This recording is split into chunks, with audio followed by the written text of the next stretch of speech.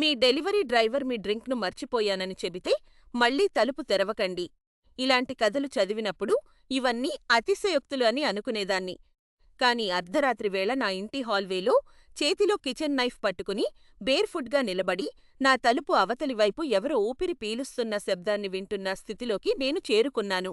ఇదంతా ఒక Thai food ఆర్డర్తో మొదలైంది. బ్రేకప్ తర్వాత నేను కొత్త అపార్ట్మెంట్లోకి మారిన సమయం అది. బజర్ మోగే వరకు అంతా ప్రశాంతంగానే అనిపించింది. డ్రైవర్ తలుపుకు చాలా దగ్గరగా నిలబడి ఉన్నాడు. దాదాపు డోర్వే మొత్తం ఆక్రమించాడు. అతను నాకు బ్యాగ్ ఇచ్చి నా డ్రింక్ను మర్చిపోయానని చెప్పాడు. దానిని కారు నుండి తీసుకువస్తానని చెప్పి వెళ్ళాడు. నేను వెంటనే తలుపు లాక్ చేశాను.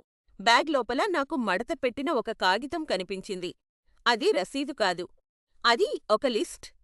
నా పేరు, నా ఫ్లాట్ నంబర్, ఒంటరిగా ఉంటుంది. కుక్క లేదు.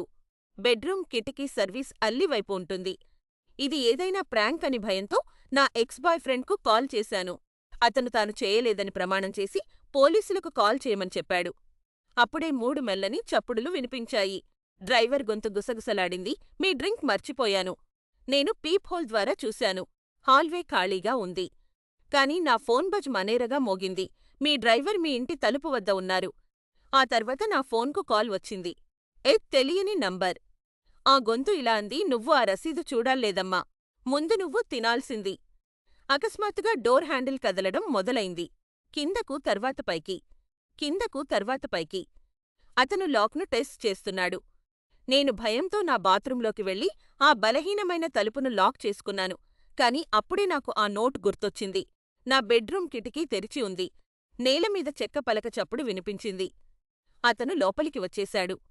అతను నేరుగా బాత్రూం తలుపు దగ్గరకు వచ్చి గుసగుసలాడాడు. నువ్వు ఆ డ్రింక్ తీసుకోవాల్సింది. తలుపు ఒకసారిగా తెరుచుకుంది.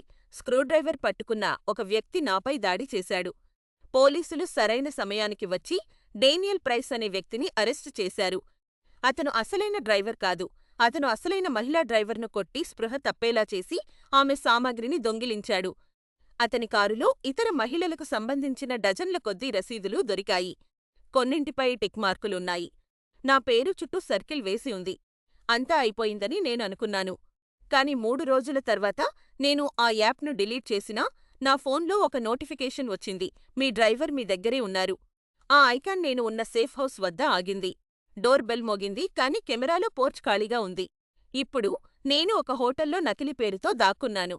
నిన్న రాత్రి నా తలుపు కింద నుండి ఒక నోట్ లోపలికి వచ్చింది. అందులో నా రూమ్ నంబర్ మరియు చివరి సందేశం ఉంది. నువ్వు ఇంకా దాహంగా ఉన్నట్లున్నావు.